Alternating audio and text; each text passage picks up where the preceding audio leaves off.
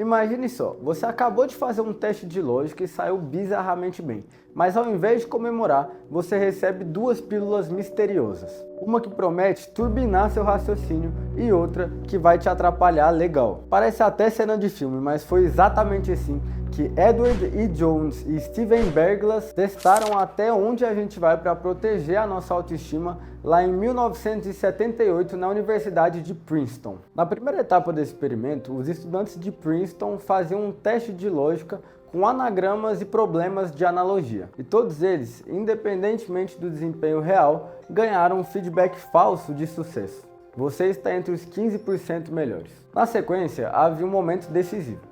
Antes de fazer um outro teste semelhante ao primeiro, eles tinham que decidir entre três opções. A primeira era o Actavil, uma droga que aumentaria as suas habilidades. A segunda é o Pandocrin, que é outra droga, mas que prejudica o desempenho. E a terceira opção seria não tomar nada. E surpreendentemente, quase metade dos estudantes preferiu tomar o Pandocrin.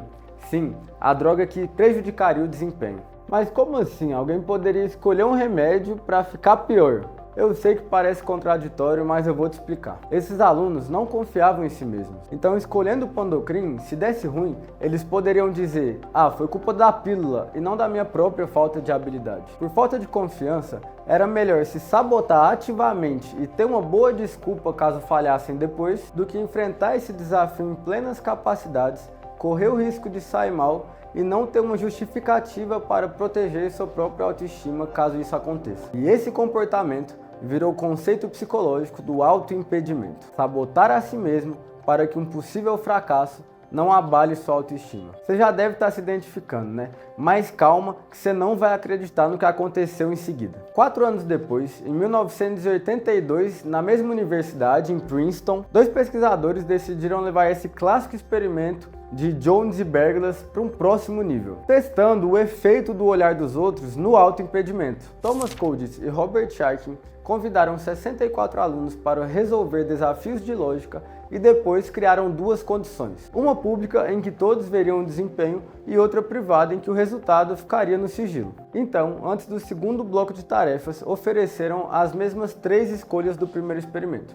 Uma pílula para turbinar a mente, outra para atrapalhar o seu desempenho, e a terceira opção, não tomar nada. A surpresa veio quando o grupo público escolheu muito mais a pílula prejudicial. Assim, caso falhassem, a culpa recairia sobre a droga e não sobre a sua habilidade real. Enquanto isso, no grupo privado, a escolha pela pílula que atrapalha foi muito menor, mostrando que o medo do julgamento externo também dispara o autoimpedimento, muito além da simples proteção interna do ego. Essa pesquisa foi extensão direta do estudo de Jones e Berglas, que já havia demonstrado o fenômeno em situação individual, mas sem mexer no fator gerenciamento de impressão social. O desfecho foi claro: quando a plateia está de olho, a gente prefere criar desculpas externas a encarar a possibilidade de mostrar as nossas fraquezas. Com esse achado, Colditz e Arkin provaram que o autoimpedimento não é só uma armadura interna, mas também uma estratégia de cena, usada para controlar como queremos ser vistos caso as coisas deem ruim. No fundo, aprendemos que o nosso maior sabotador não está no mundo externo, mas no nosso desejo de evitar o olhar crítico alheio. Um convite para repensarmos as pílulas mágicas que decidimos tomar antes de enfrentar os desafios da vida. Tá bom, Spadoni, mas por que você tá me falando isso? Porque você, meu amigo, talvez esteja vivendo essas 2 histórias todos os dias, só que na sua caminhada até o vestibular. O autoimpedimento é um conceito da psicologia que diz que para proteger a nossa autoestima, é melhor não estudar e ter desculpas para o fracasso. É como se você mesmo começasse a colocar obstáculos no seu caminho de propósito, só para ter uma justificativa plausível caso você fracasse. Então muitas vezes nós procrastinamos, deixamos de estudar para jogar videogame ou sair com os amigos e vivemos com aquela sensação de nunca conseguir deixar esse ciclo de procrastinação para trás. Mas nós inconscientemente apenas estamos criando justificativas para caso falhássemos. Dizer, eu não passei porque eu procrastino muito,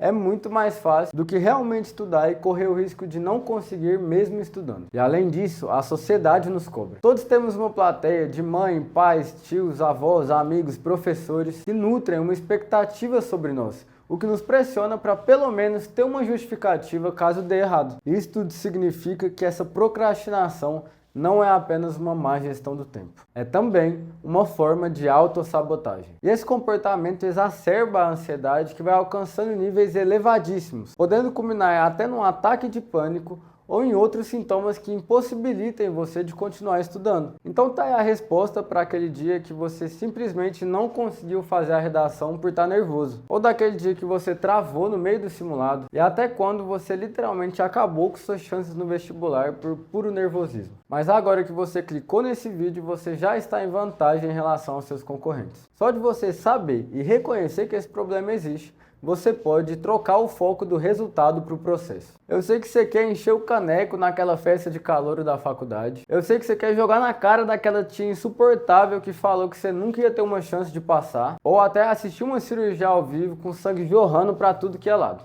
E de fato, essas coisas são muito legais para te motivar, mas não podem virar uma fonte de pressão. Seu foco tem que estar todo no que você pode controlar hoje. Estudar bem hoje. Dormir bem hoje e cumprir suas tarefas bem hoje. Ouve essa dica de monge tibetano que eu vou te dar. Reconhecer o problema é o primeiro passo para resolver ele. E isso vale para tudo na vida. Agora que você assistiu esse vídeo, você já deu o primeiro passo para consertá-lo. Mas lembre-se que quando você está sofrendo demais com a própria cabeça, não há nada melhor do que buscar ajuda profissional. E é por isso que nós aqui do Macromed, junto com uma doutora em psicologia pela Universidade de Sorbonne, na França, estamos trazendo para vocês o primeiro serviço de psicologia 100% pensado para você, vestibulando. Se você ficou curioso, daqui a alguns dias vamos abrir vagas e eu vou explicar tudo no nosso Instagram. Vou deixar o link do nosso Instagram aqui embaixo e muito obrigado pela sua atenção. Eu genuinamente espero que o que você ouviu aqui hoje mude a sua trajetória até o vestibular. Afinal, não tem nada melhor